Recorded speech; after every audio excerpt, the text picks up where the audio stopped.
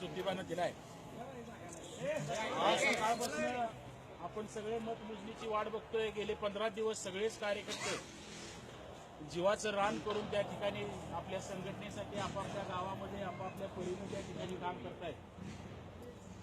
मी सांगितलं होतं पन्हाळा तालुक्यामध्ये सगळे पक्ष आपल्या विरोधात एकत्र काम करायचा प्रयत्न त्या ठिकाणी करतात।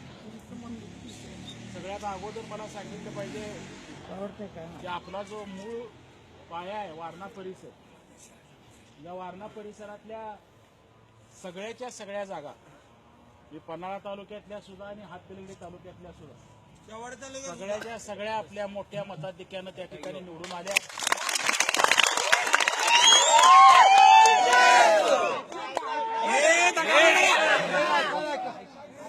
पन्हाळा तालुक्याचं जर चित्र बघितलं तर मी सगळ्यांना आव्हान करत होतो की 12च्या 12 पंचायत समिती आणि 6च्या 6 जिल्हा परिषद आणायच्या।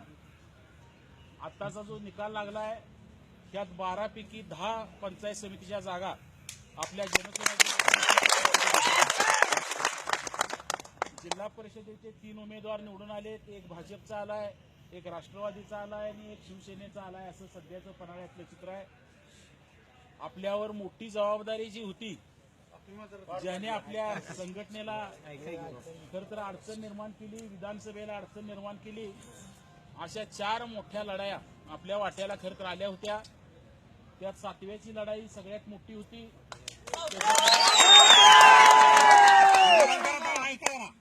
शित्तूर वारून मतदारसंघात रणवीर गायकवाडांची लढाई 2ऱ्या नंबरला तिथं होती। कोतोली मतदारसंघात अजित नरकीची लढाई आपल्याबरोबर त्या ठिकाणी होती। आणि मला सांगायला आनंद वाटतोय की ह्या तिघाही पुढाऱ्यांना घरला घालवायचं काम आपल्या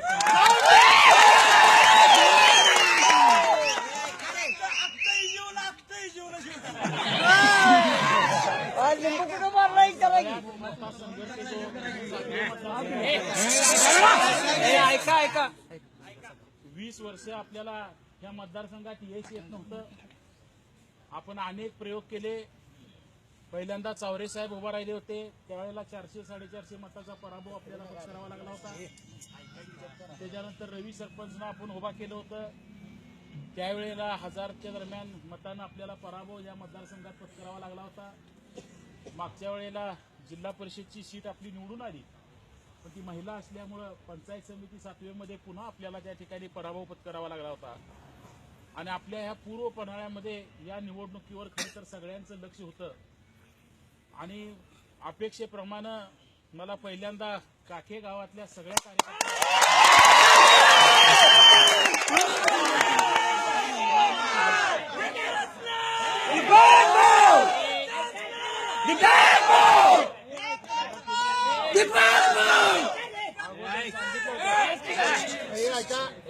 कमीत कमी 500 मताचं मताधिक्य गावात देणार आणि खरोखर तेवढं मताधिक्य काख्यानं त्या ठिकाणी दिलं।